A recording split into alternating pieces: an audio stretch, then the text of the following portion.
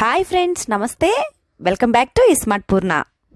ఈరోజు వీడియోలో మన తెలుగువారు ఏ పండగ అయినా కానీ ఈ ఐటమ్స్ లేకుండా ఆ పండగ అనేది జరగదు. అలాంటి చాలా రుచికరమైనటువంటి 2 రకాల వంటల్ని ఈరోజు నేను చూపించబోతున్నానండి. అందులో మొదటిగా పూర్ణాలు, రెండవది నేతి బొబ్బట్లు. ఇవైతే మన నోట్లో వేసుకోగానే కరిగిపోయేంత రుచిగా ఉంటాయి. మరి చకచకా వీటిని ఎలా ప్రిపేర్ చేసేసుకోవాలో చూద్దామా. ముందుగా పచ్చిశనగపప్పుని ఒక 2 సార్లు వాష్ చేసుకున్న తర్వాత 1 గంట పాటు నానబెట్టుకోవాలి. పూర్ణాలు ప్రిపేర్ చేసుకోవడానికి మినపప్పుని ఒక 6 గంటల పాటు నానబెట్టుకోవాలి.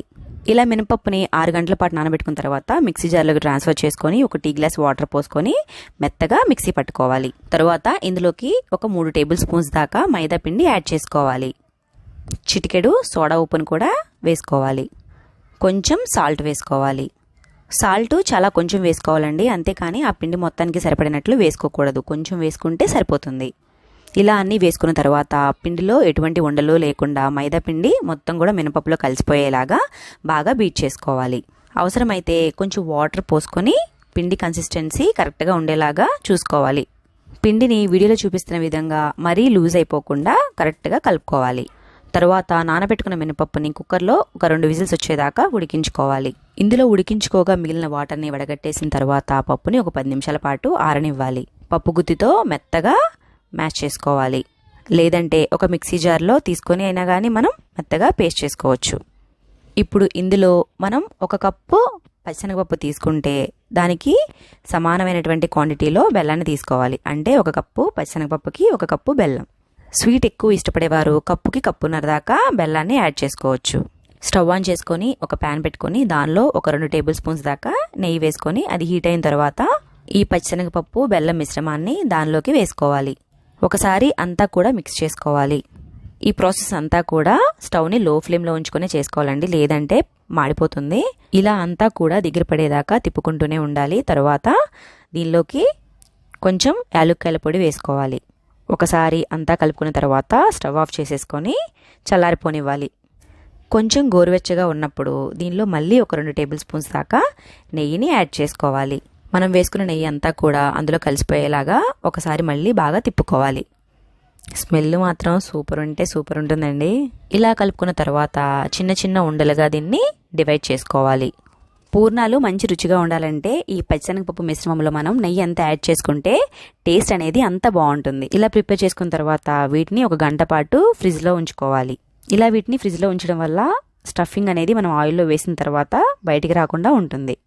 ఇందులో సగం బొబ్బట్లు ప్రిపేర్ చేసుకుంటాను, సగం పూర్ణాలు ప్రిపేర్ చేస్తాను. పూర్ణాల పైపూతకి పిండిని వీడియోలో చూపిస్తున్న కన్సిస్టెన్సీ విధంగా కలుపుకోవాలి. తరువాత గంట పాటు ఫ్రిడ్జ్లో పెట్టుకున్నటువంటి ఈ పచ్చిశనగపప్పు ఉండల్ని ఈ పిండిలోకి వేసుకోవాలి. ఇలా 4 వేసుకున్న తర్వాత వీడియోలో చూపిస్తున్న విధంగా పిండిని కరెక్ట్గా దాని చుట్టూ కోట్ చేయాలి. ఇలా మనం పూర్ణం ప్రిపేర్ చేసిన ప్రతిసారి కూడా మన చేతికి కొంచెం వాటర్ అప్లై చేసుకుంటూ చేసినట్లయితే చాలా ఈజీగా ప్రిపేర్ చేసేయచ్చు. ఇప్పుడు స్టవ్ ఆన్ చేసుకొని ఒక మందపాటి బాండీని లోతుగా ఉండే బాండీలో డీప్ ఫ్రైకి సరిపడినంత ఆయిల్ వేసుకొని ఆయిల్ హీట్ అయిన తర్వాత ఒక్కొక్కటిగా పూర్ణాన్ని అందులోకి వేసుకోవాలి.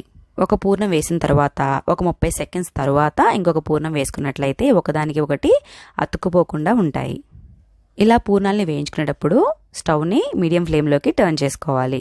ఇలా మంచి రంగు వచ్చేదాకా 2 వైపులా తిప్పుకుంటూ వేయించుకున్న తర్వాత బయటికి తీసివేయాలి.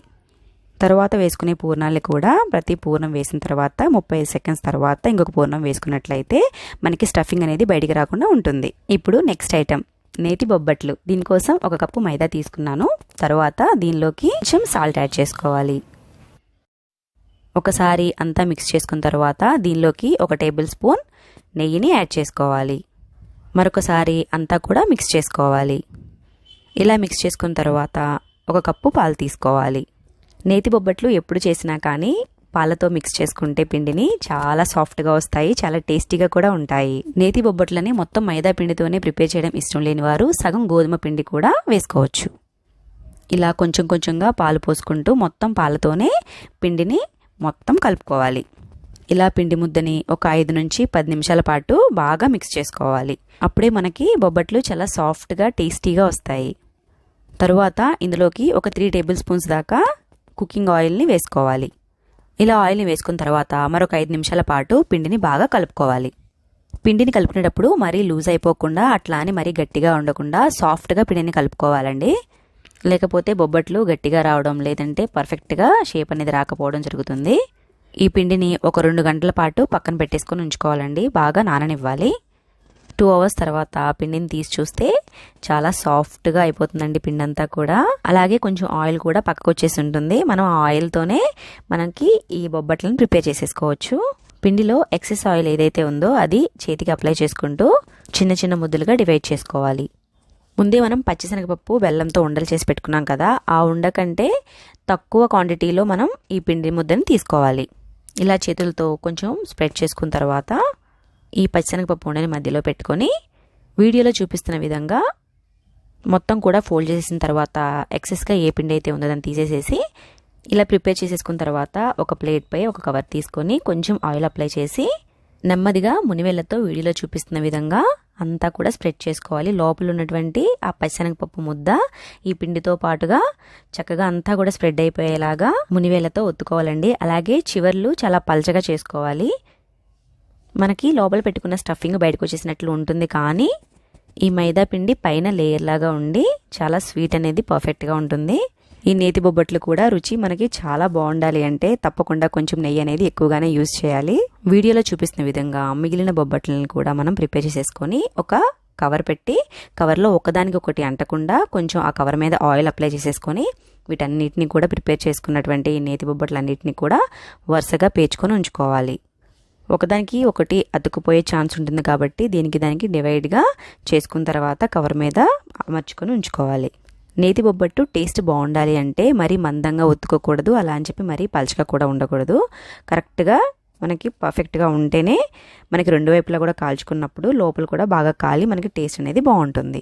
స్టవ్ ఆన్ చేసుకొని పెనం పెట్టుకొని పెనం హీట్ అయిన తర్వాత ఒక 1/2 టేబుల్ స్పూన్ నెయ్యి యాడ్ చేసుకున్న తర్వాత ఈ బొబ్బట్లని దాని మీద వేసుకోవాలి. ఈ బొబ్బట్లని మనం కాల్చుకునేటప్పుడు స్టవ్ని మీడియం ఫ్లేమ్లో కాదండి లో ఫ్లేమ్లో ఉంచుకొని బాగా కాల్చుకోవాలి. అప్పుడు మాత్రమే మనకి లోపల దాకా హీట్ అనేది వెళ్ళి పర్ఫెక్ట్గా కుక్ అవుతుంది. ఇలా 2 వైపులా మంచి రంగు వచ్చేదాకా కాల్చుకున్న తర్వాత దీనిపైన మరొక 1/2 టేబుల్ స్పూన్ నెయ్యి వేసుకొని బాగా అప్లై చేసుకోవాలి.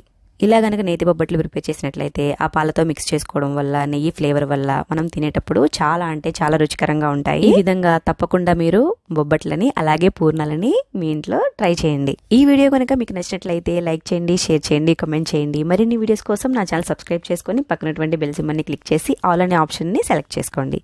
Thank you for watching.